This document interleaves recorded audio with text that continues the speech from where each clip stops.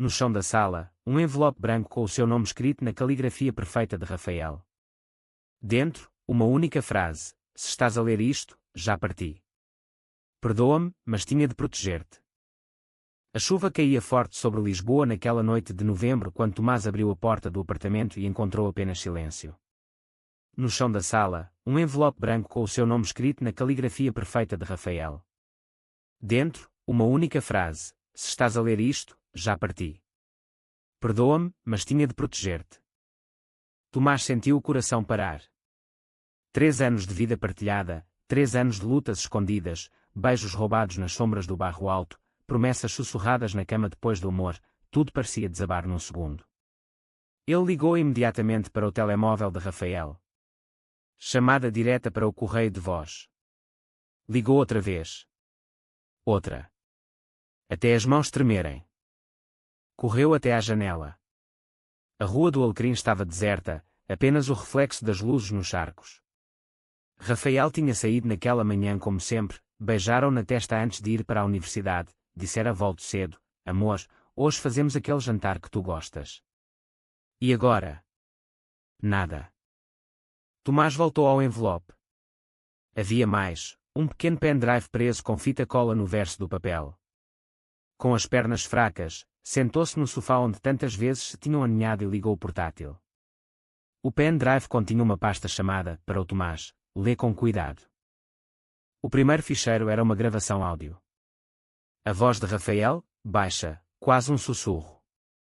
Tomás, se estás a ouvir isto, significa que já não estou aí. Não desapareci por querer. Alguém descobriu tudo. Sobre nós. Sobre a minha família. Sobre o que o meu pai fez há 20 anos. Eles ameaçaram-te diretamente. Disseram que se eu não saísse do país e cortasse contacto contigo, fariam mal a ti e à tua mãe. Não podia arriscar. Amo-te demais para isso. Tomás sentiu um vazio abrir-se no peito. A família de Rafael. Os Almeida de Cascais. Ricos, conservadores, católicos fervorosos. O pai, Dr. António Almeida, juiz aposentado, figura respeitada na alta sociedade lisboeta. A mãe, de Leonor, presidente de várias associações de caridade. O irmão mais velho, Miguel, advogado brilhante. Todos sabiam que Rafael era gay, ele contara-lhes há 2 anos, mas nunca aceitaram Tomás. Uma fase, diziam. Vais passar disso. Mas ameaças. Isso era outro nível. A gravação continuou. Guardei provas. Tudo está aqui.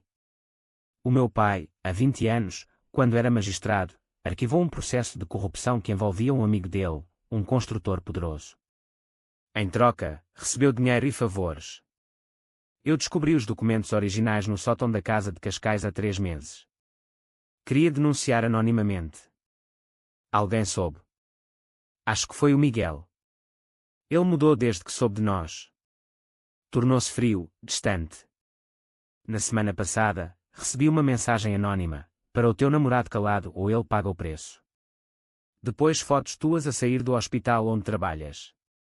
Tomás, eu não aguento a ideia de te perder por minha causa. Tomás parou a gravação. O mundo girava. Rafael desaparecera para o proteger.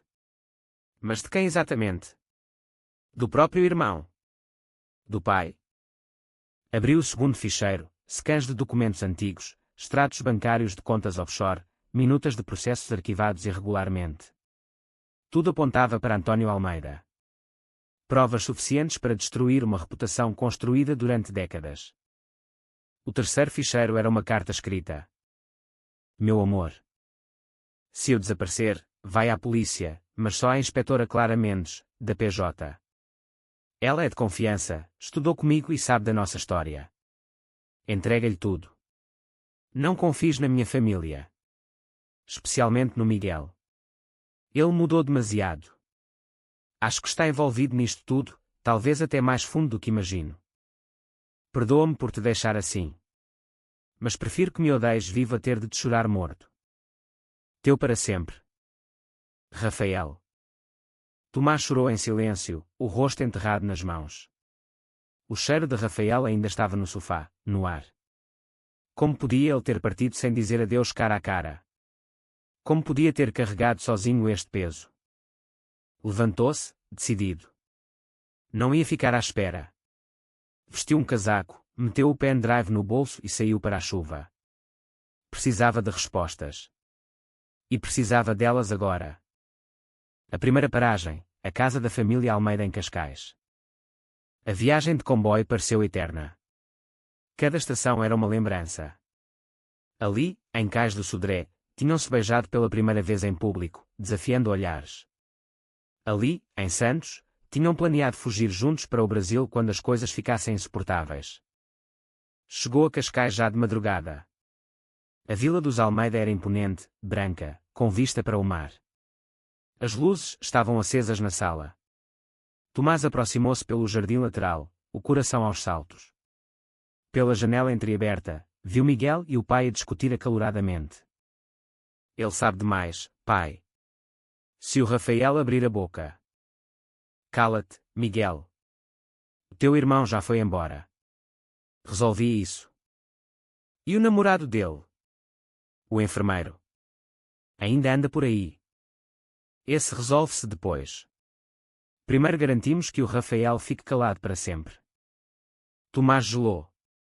Para sempre. O que queriam dizer com isso? Recuou devagar, o telemóvel na mão, gravando tudo. Quando chegou à rua, correu até à esquadra mais próxima. Mas ao virar a esquina, um carro preto surgiu do nada e travou à sua frente. 2 homens de fato escuro saíram. Tomás Ferreira? Perguntou um deles, voz grave. Quem querem vocês? Vem conosco. Há alguém que quer falar contigo. Sobre o Rafael. Tomás tentou correr, mas foi tarde. Uma mão tapou-lhe a boca. Tudo escureceu. Acordou com a cabeça latejando, sentado numa cadeira no armazém abandonado junto ao Tejo. As mãos atadas atrás das costas. Em frente, Miguel Almeida, fato impecável, expressão gélida. Bom dia, Tomás, disse Miguel, voz calma demais. Ou melhor, boa madrugada. Tomás engoliu em seco. O medo misturava-se com raiva. Onde está o Rafael? O que fizeram com ele? Miguel sorriu sem humor. O Rafael está a salvo. Por enquanto. Longe de ti, longe de problemas. Tu é que és o problema agora. Eu não fiz nada. Fizeste, sim. Ele confiou em ti. Deixou-te provas que podem destruir a nossa família. Onde está o pendrive? Tomás apertou os dentes. Não ia entregar nada. Não sei do que estás a falar. Miguel aproximou-se, agarrou-lhe o queixo com força. Não me faças perder a paciência. O meu irmão é fraco. Sempre foi. Deixou que o enfermeirinho de bairro o manipulasse, o afastasse da família, da tradição. Mas eu não. Eu protejo o nome Almeida. Custasse o que custasse. Tomás sentiu o ódio subir. Manipular. Nós amamo-nos. Coisa que tu nunca vais entender, porque só sabes destruir. Miguel soltou-o com desprezo. Amor. Que palavra bonita para justificar vergonha. O Rafael já percebeu o erro. Está num lugar onde pode refletir. Quando voltar, será um homem novo. Sem ti. Ele nunca vai deixar de me amar, cuspiu Tomás. Miguel riu-se baixo. Veremos. Mas tu vais desaparecer também. Um acidente trágico. Um assalto que correu mal. A polícia está cheia de casos assim. Tomás sentiu o pânico apertar o peito. Ia morrer ali. Sem voltar a ver Rafael. Sem lhe dizer que entendia, que perdoava, que o amava mais do que nunca. Nisso, ouviu-se um barulho lá fora. Portas a bater. Vozes. Miguel franziu o sobrolho. Fiquem com ele, ordenou aos 2 homens. Mas antes que pudesse sair, a porta do armazém abriu-se com violência. Luzes fortes. Gritos. Polícia judiciária. Mãos ao ar. Inspetora Clara Mendes entrou, arma em punho, seguida por vários agentes. Miguel empalideceu. Como? Clara olhou para Tomás, depois para Miguel. Graças a uma gravação anónima que recebemos há 2 horas. Alguém gravou a vossa conversa na vila e enviou-me diretamente. Voz bastante recognoscível, Dr. Miguel Almeida. Tomás percebeu de repente. Rafael. Só podia ser Rafael quem enviara a gravação. Ainda estava a perseguê-lo, mesmo de longe. Os agentes algemaram Miguel e os 2 homens. Clara aproximou-se de Tomás, cortou as cordas. Estás bem? O Rafael. Sabe onde ele está? Clara hesitou. Estamos a tentar localizar. O passaporte dele foi usado num voo para Madrid ontem à noite. Depois perde-se o rastro. Tomás sentiu as lágrimas voltarem. Ele fugiu para me salvar. Clara pousou a mão no ombro dele. Vamos encontrá-lo. E quanto ao pai dele, temos mandados de busca. As provas que nos enviaste por e-mail anónimo, sim, percebemos que eras tu, são sólidas. O Dr. António vai cair. Tomás respirou fundo. Parte dele sentia justiça. Outra parte só queria Rafael de volta. Nos dias seguintes, a notícia explodiu nos jornais: juiz aposentado e filho advogado detidos por corrupção e sequestro. A família Almeida desmoronava publicamente. Mas Rafael continuava desaparecido. Tomás voltou ao apartamento vazio. Cada canto doía. Abriu o portátil outra vez. Havia um novo e-mail, enviado de um endereço temporário. Meu amor. Se estás a ler isto, significa que estás a salvo. Usei o último favor que me deviam para enviar a gravação à Clara. O Miguel vai pagar. O pai também. Eu estou num lugar seguro, mas não posso voltar já. Há mais pessoas envolvidas do que pensávamos. Pessoas perigosas. Não me procures. Vive. Sê feliz. Um dia, quando tudo acalmar, volto para ti. Guarda o nosso amor no coração. Rafael. Tomás chorou até não ter mais lágrimas. Como podia viver sem ele? Como podia ser feliz sabendo que Rafael estava sozinho, assustado, por sua causa? Decidiu então, não ia esperar. Ia procurá-lo. Custasse o que custasse. Passaram-se semanas. Tomás pediu licença sem vencimento no hospital. Vendeu o carro. Juntou todas as economias. A pista mais forte era Madrid. Rafael mencionara uma tia distante que vivia lá, uma irmã da mãe que cortara relações com a família por se ter casado com uma mulher nos anos 80. Tomás voou para Madrid num dia gelado de dezembro. A cidade estava engalanada para o Natal, mas ele não via luzes, só sombras. Bateu à porta da tia Sofia, uma senhora de 70 anos de olhar vivo. Mostrou uma fotografia de Rafael. Ele esteve aqui, admitiu ela após longa pausa. Chegou há 3 semanas. Chorou muito. Disse que tinha de desaparecer para proteger alguém que amava. Ficou só 2 noites.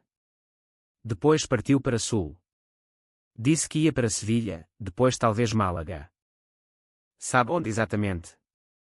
Sofia abanou a cabeça. Só sei que mencionou um amigo antigo da universidade, o Luís, que tem uma casa de hóspedes em Neruja. Talvez aí. Tomás agradeceu e partiu imediatamente. Comboio para Sevilha, depois autocarro para a costa. Chegou a Nerja ao cair da noite. O mar Mediterrâneo brilhava ao luar. Procurou a casa de hóspedes, La Luna Azul. O dono, Luís, reconheceu Rafael na foto. Sim, esteve aqui. Rapaz simpático, mas triste. Ficou uma semana. Pagou adiantado. Partiu ontem para norte. Disse que ia tentar chegar à França. Tomás sentiu o desespero crescer. Rafael estava sempre um passo à frente, como se não quisesse ser encontrado. Disse mais alguma coisa? Luís hesitou. Disse que se alguém chamado Tomás aparecesse, que lhe dissesse para voltar para casa. Que ele não aguentava mais fugir. Que sentia falta dele todos os dias. Tomás quase desabou ali mesmo. Naquela noite, sentado na praia de Borriana, escreveu uma carta longa e enviou para o e-mail temporário de Rafael. Rafael. Para de fugir. Eu estou bem. O Miguel está preso. O teu pai também. As provas que deixaste salvaram a vida. A Clara protege-me. Não há mais perigo. Volta, por favor. Não consigo viver sem ti. Cada dia sem ti é um vazio que não explica. Amo-te mais do que nunca. Tomás. Envio. Sem resposta. Dias depois, em Granada, outra pista. Rafael fora visto numa manifestação pelos direitos LGBT. Alguém tirara uma foto dele de longe, cartaz na mão: amor não é crime. Tomás seguiu o rastro até França. Marselha. Lyon. Finalmente Paris. Estava exausto, sem dinheiro, a dormir em hostéis baratos. Mas não desistia. Em Paris, numa livraria LGBT no Marais, alguém reconheceu a descrição. Sim, um português chamado Rafael trabalhou aqui uns dias como voluntário. Partiu há 2 dias. Disse que ia voltar para Portugal. Que já não aguentava mais estar longe de casa. Longe dele. Tomás comprou imediatamente um bilhete de comboio noturno para Lisboa. Chegou a Santa Apolónia numa manhã chuvosa de janeiro. Correu para o apartamento. A porta estava entreaberta. Empurrou devagar. Rafael estava lá. Sentado no sofá, mais magro, olhos vermelhos, mas vivo. Os dois pararam, a olhar um para o outro, sem palavras. Depois correram um para o outro. Abraçaram-se com força, como se o mundo fosse acabar. Desculpa, sussurrou Rafael contra o ombro de Tomás. Desculpa ter-te deixado. Nunca mais, respondeu Tomás, voz embargada. Nunca mais fujas de mim. Beijaram-se longamente, lágrimas misturando-se. Mas a felicidade durou pouco. Bateram à porta. Forte. Insistente. Claramente desapareceu, expressão grave. Desculpa interromper. Mas há novidades. Más novidades. Clara entrou, fechou a porta com cuidado. O António Almeida suicidou-se na prisão ontem à noite. Deixou uma carta. Confessou tudo. A corrupção, as ameaças, o plano para vos silenciar aos dois. Rafael empalideceu.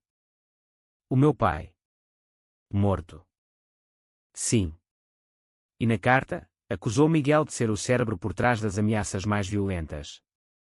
Disse que o filho mais velho o pressionou para limpar a vergonha da família, foram as palavras dele. Tomás apertou a mão de Rafael. A Leonor, a mãe dele, está destruída. Pediu para falar contigo, Rafael. Rafael abanou a cabeça. Não consigo. Não agora. Clara continuou. Há mais. Encontramos mensagens no telemóvel do Miguel. Ele contratou alguém para vos seguir aos dois mesmo depois de preso. Um ex-segurança da família. Esse homem ainda anda à solta. O medo voltou. Quer dizer que ainda corremos perigo? Perguntou Tomás. Estamos à procura dele. Mas até o apanharmos, é melhor precaução. Ofereço-vos proteção policial.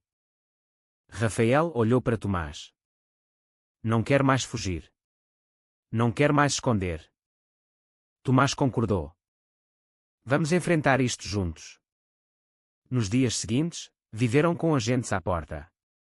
Mas dentro do apartamento, redescobriram-se. Cozinharam juntos. Falaram durante horas. Choraram o passado. Planearam o futuro. Rafael contou tudo, como fugir aterrorizado, como cada cidade o fazia sentir mais vazio, como só a ideia de Tomás o mantinha vivo. Tomás confessou o quanto sofrera, mas também o quanto o amor o tornara mais forte. Uma noite, Rafael disse: Quero assumir tudo publicamente. Quero contar a nossa história. Para que mais ninguém passe por isto. Tomás hesitou. Tens a certeza? Vão julgar-nos. Vão falar. Que falem. Já perdemos demais por causa do silêncio. Contactaram um jornalista conhecido da Clara, do Público. Deram uma entrevista longa, anonimamente primeiro, depois com nomes. A história explodiu. Casal gay vítima de ameaças de família poderosa, juiz suicida-se na prisão. Houve apoio maciço da comunidade LGBT. Manifestações à porta do tribunal. Petições. Mas também ódio. Ameaças anónimas. Insultos nas redes. Uma noite, alguém atirou uma pedra à janela com um papel. Aberrações. Vão pagar. Rafael tremia. Talvez tenhamos ido longe demais. Tomás abraçou-o. Não. Estamos a fazer o que é certo. O ex-segurança foi finalmente preso. Tentara fugir para a Espanha. Com o perigo afastado, decidiram mudar-se temporariamente para o Porto, para a casa da mãe de Tomás, viúva compreensiva que sempre aceitara o filho e o namorado. Lá, pela primeira vez, sentiram paz. Passeavam de mãos dadas pela ribeira sem medo. Beijavam-se à vista de todos. Mas Rafael ainda carregava culpa. Por causa de mim, o meu pai morreu. A minha mãe perdeu tudo. Tomás respondia sempre. Não foi por tua causa. Foi pelas escolhas deles. Tu escolheste o amor. Eles escolheram o ódio. Um dia, Leonor Almeida apareceu no Porto. Magra, envelhecida, olhos fundos. Posso falar com o meu filho? Rafael encontrou-a num café. Rafael. Peço perdão. Pelo que te fizemos passar. Pelo que o teu pai e o Miguel. Eu sabia de algumas coisas. Calei-me. Por medo. Por vergonha. Rafael chorou. Mãe. Hoje vejo o quanto vos magoei. O quanto vos roubei. Só queria que soubesses que te amo. Apesar de tudo. Abraçaram-se longamente. Leonor conheceu Tomás. Obrigada por nunca desistires dele. Aos poucos, a família reconstruía-se em pedaços pequenos. Primavera chegou ao Porto com flores de jacarandá roxas nas ruas. Rafael e Tomás decidiram casar. Civil, simples, na praia de Matosinhos. Convidaram poucos, a mãe de Tomás, Leonor, Clara, alguns amigos verdadeiros. No dia, o céu estava azul. Rafael vestia fato claro, Tomás escuro. Trocaram alianças com votos escritos por eles. Prometo nunca mais fugir de ti, disse Rafael, voz emocionada. Prometo nunca deixar de te procurar, respondeu Tomás. Beijaram-se sob aplausos. Leonor chorou de emoção. Naquela noite, sozinhos no quarto com vista para o mar, Rafael disse: Achas que um dia vamos conseguir esquecer tudo isto? Tomás pensou. Não esquecer. Mas perdoar. A nós mesmos também. Por termos duvidado, por termos medo. Rafael aninhou-se nele. Hoje sinto-me finalmente em casa. Meses depois, o livro saiu, Segredos que Matam em Silêncio, escrito por ambos, contando toda a história. Tornou-se best-seller. Foram convidados para palestras, debates, programas de televisão. Transformaram a dor em voz para outros. Mas nem tudo era perfeito. Rafael ainda tinha pesadelos. Acordava à meia-da-noite, convencido de que Tomás desaparecera. Tomás ainda olhava por cima do ombro na rua, esperando sombras. Um dia, receberam uma carta da prisão. De Miguel. Rafael. Não espero perdão. Só queria dizer que, aqui dentro, comecei a perceber o monstro que fui. O ódio que herdei e alimentei. Vejo agora o amor que vocês têm. E invejo-o. Talvez um dia, quando sair, possa pedir desculpa cara a cara. Miguel. Rafael leu em voz alta. Chorou. Achas que é sincero? Tomás suspirou. Não sei. Mas talvez valha a pena acreditar que as pessoas podem mudar. Anos passaram. Adotaram uma menina, Inês, órfã de pais vítimas de homofobia no interior. Criaram-na com amor aberto, sem segredos. Uma tarde, na praia, Inês correu para eles com uma concha. Olhem! É um coração. Rafael e Tomás sorriram. Sim, era. O passado ainda doía às vezes. Mas o presente curava. E o futuro? O futuro era deles. 10 anos depois, Lisboa. Rafael e Tomás caminhavam de mãos dadas pelo Príncipe Real, agora bairro ainda mais vibrante e acolhedor. Inês, já com 13 anos, ia à frente com amigos, rindo alto. Pararam em frente ao mural novo, dois homens abraçados, com a frase "O amor vence sempre". Rafael apertou a mão de Tomás. Lembras-te quando tínhamos medo até de andar de mãos dadas aqui? Tomás sorriu. Parece outra vida. Naquele dia, inaugurava-se uma associação com o nome deles, Fundação Rafael e Tomás, para apoio a jovens LGBT vítimas de violência familiar. Leonor, agora voluntária ativa, cortou a fita ao lado deles. Na cerimónia, Rafael falou. Há 10 anos, pensei que o amor nos ia destruir. Hoje sei que nos salvou. A todos nós. Aplausos. À noite, em casa, só os três. Inês perguntou. Conta-me outra vez a história de como se conheceram.